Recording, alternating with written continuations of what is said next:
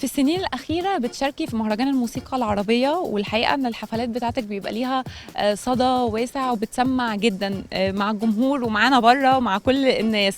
إيه شايفة الاختلاف بين حفلات الموسيقى العربية وأي حفلة عادية بتقدميها؟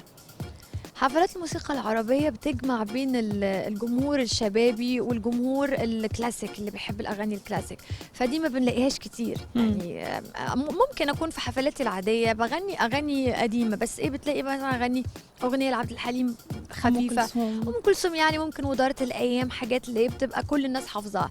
بس في مهرجان الموسيقى العربية بيبقى متاح عندك إنك تغني حاجات تقيلة ومع أوركسترا كبيرة صحيح. جدا كلهم أساتذة كبار ودكاترة كبار في المزيكا. بقالي سنتين مع المايسترو حمادة الموجي برضو أبدع يعني، بقالنا سنتين بنشتغل مع بعض، عملنا كذا حفلة كانت في منتهى الروعة. آخر حفلة طبعا كانت ناجحة جدا. كواليس آخر حفلة بقى. آخر حفلة ما عملناش بروفات كتير فكنت داخلة قلقانة. أوكي. وبصراحة البروفات القليلة دي خلتني تعاملت بعفوية في الحفلة. كنت يعني بص اللي يحصل بقى خلاص بقى، ما بقتش مركزة مع الفرقة. حتى المايسترو يقول لي يعني لازم يبقى فيه حوار يعني بين بعض، بيبقى خاص بين المطربة والمايسترو تقريبا. عذبته شوية، تعبته بس كانت حلوة، طالعة تلقائية والناس انبسطت قوي. كانت من أكتر الحفلات اللي فيها تفاعل، مع إنك ما حضرتيش ليها كويس. سبحان الله. كنت داخلة قلقانة الحقيقة. ودايما بتحرصي في معظم الحفلات ان فعلا ترجعي شويه زي ما كنا بنقول للزمن الجميل، بالاخص في حفلات الموسيقى العربيه، ام كلثوم، ورده، شاديه وغيرهم. ودي حاجه بنبقى حقيقي كل يعني عشاق بقى واللي بيحبوا جنات بيبقوا مستنيينها منها، لان بتدي احساس مختلف لما ترجعي تقولي اغنيه للناس من الزمن فعلا الجميل ده. بتبقي محضره له ولا بيجي صدفه، ولا الاختيار بيبقى ازاي؟ هو ميعاد الحفلة بعرفه بمدة طويلة، فبنكون طبعا محضرين وبنحضر حاجات وبنشيلها وبنقعد نحط ونشيل لغاية ما بنستقر. فالأغاني القديمة هي عشق لكل المطربين اللي هم بيغنوا.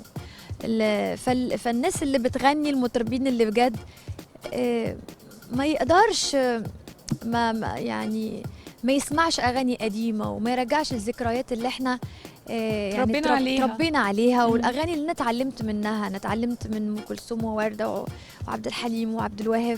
فالناس دي يعني مهما غنيت بفضل الاغاني اللي انا يعني علمتني الغنى هي دي اكتر حاجه انا بقعطي فيها، يعني بدي فيها اكتر. تبقي عايزه ترجعي لها تاني طبعا. بتبقى يعني فرصه ان الواحد يغني بقى وياخد راحته بقى في الغنى. بتؤمني بجمله ان زمن الفن الجميل، ولا شايفه ان كل زمن وليه فنه؟ انا شايفه ان كل زمن وليه فنه الجميل.